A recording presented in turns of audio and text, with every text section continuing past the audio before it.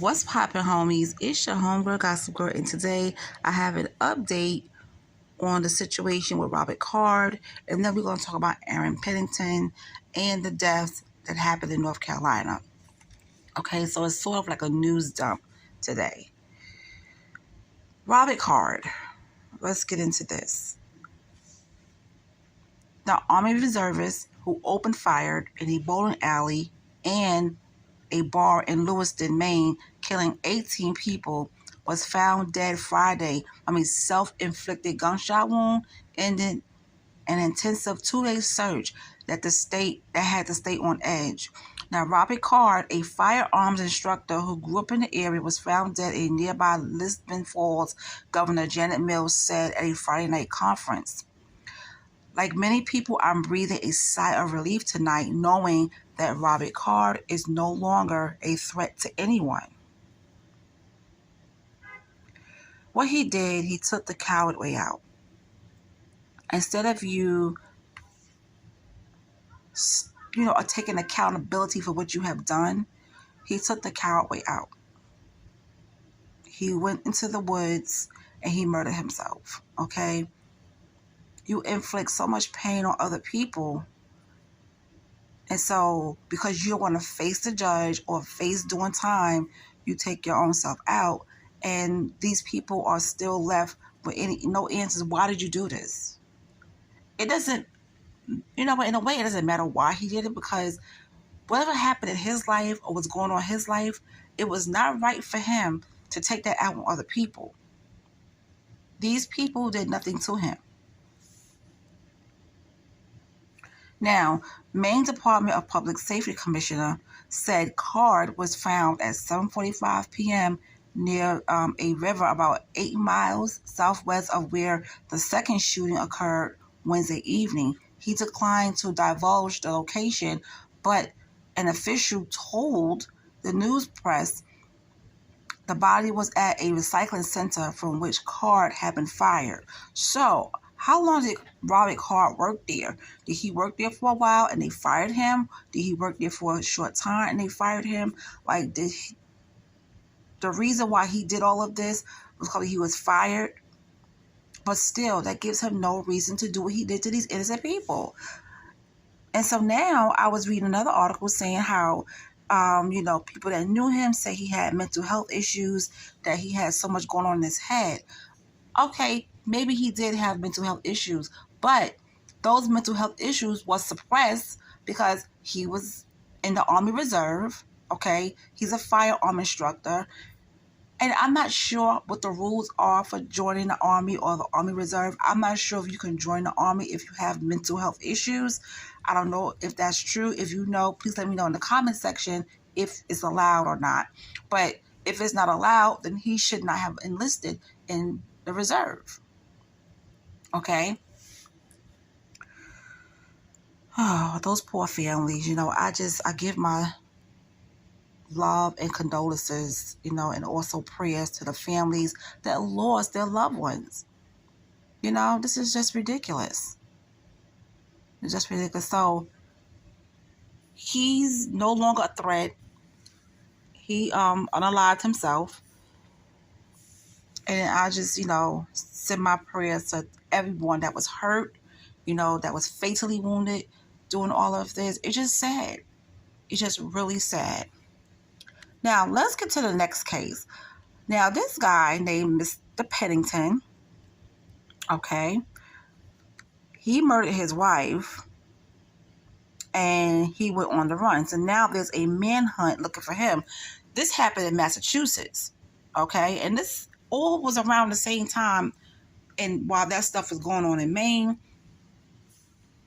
in Massachusetts, there's a guy that's, who hasn't been caught yet on the run, and they're looking for him because his wife was murdered. Let's go ahead and get into that. The Massachusetts father of 4 being hunted for shooting his wife dead, Breanne Pennington. Now, a note was on his phone that read, "Put hole in her head." What? Anyway, Investigators found the alarming message after getting a search warrant for 30-year-old Aaron Pennington's cell phone on Tuesday, a day before another warrant was issued for his arrest. It was dated 7:04 p.m. Saturday, the night before his 30-year-old wife was found dead in bed with a gunshot to the face in their home in Gardner. Don't say anything.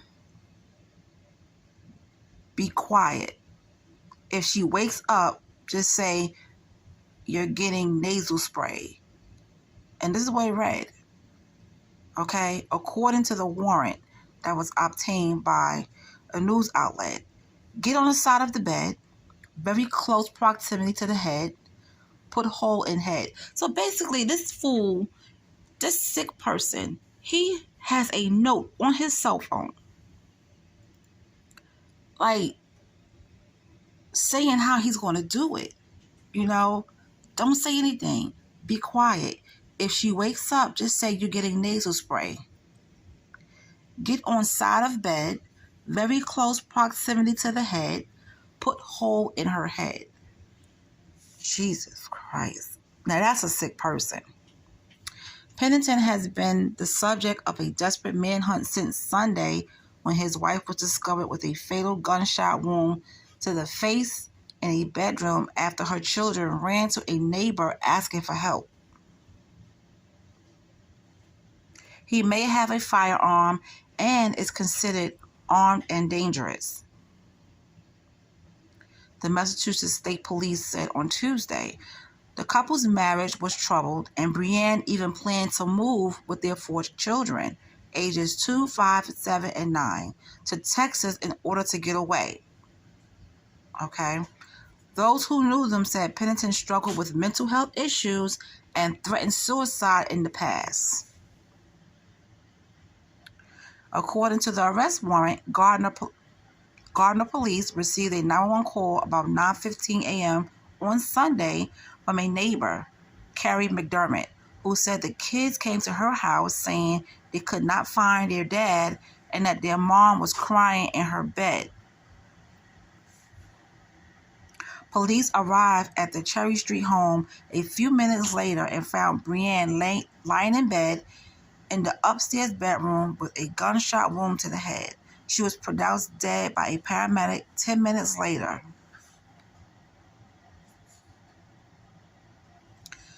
Cops did not find anyone else in the home or any visible weapons.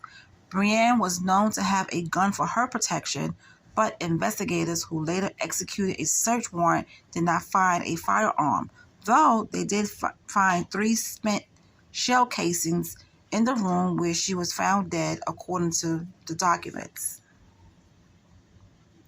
Surveillance showed Aaron leaving 42 Cherry Street at about 8:50 a.m. on Sunday in a white 2013 BMW 320 that was registered to him. The couple's 4 children were then seen walking over to the house next door.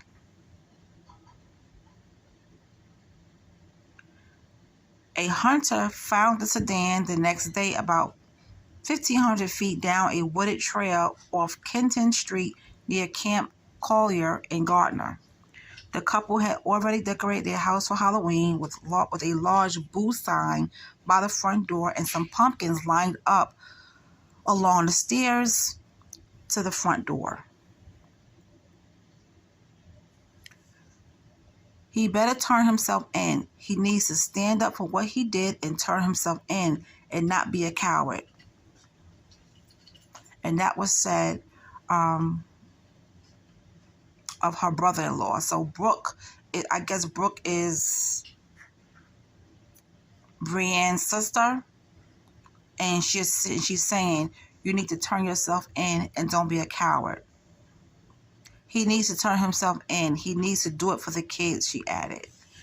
Wow, this is insane. And then you murder your children? You murder your children while your kids are home? You murder your wife, your kids are home. Like, what? He didn't care. And of course, they're going to say, oh, he suffered with mental health issues in the past. He even tried to commit suicide and all this kind of stuff. Oh, gosh. I just don't understand. Well, something was going on because she was trying to leave him. And I wish she did. I wish she got the opportunity to leave him. But he probably knew it. He probably knew it. And I guess he's one of those, oh, yeah, well, you know what? She ain't going nowhere because I'm in her life. You know what I'm saying? It's just insane. It's just insane. And then you got it written on your phone, like telling yourself what to do. It's insane. So he's still out there. They didn't catch him yet. He is still out there. So if you're in Gardner, Massachusetts, look out, or whatever neighboring town is next, the next town over. Make sure you keep an eye out because this guy is armed and dangerous. Okay. All right. So now let's talk about another tragedy. 5 people were found fatally shot at a southeast North Carolina home on Thursday. Sampson County Sheriff Jimmy Thornton said deputies were called to the home off Garland Highway outside Clinton shortly before 1 a.m. for a report of homicide, and 5 people were found with gunshot wounds. Investigators don't have any information about a suspect and don't know how the people who were killed knew each other. And that's what he said in the news release. Authorities received a call from a person who spoke to one victim around 11 p.m. and then found the bodies when they stopped by the home, Captain Eric Pope said in the news conference. The victims are 4 men and 1 woman who range in age from the mid-30s to 80s, he said. This is not normal for our community. It's not normal for any community. It shocked the whole, conscience.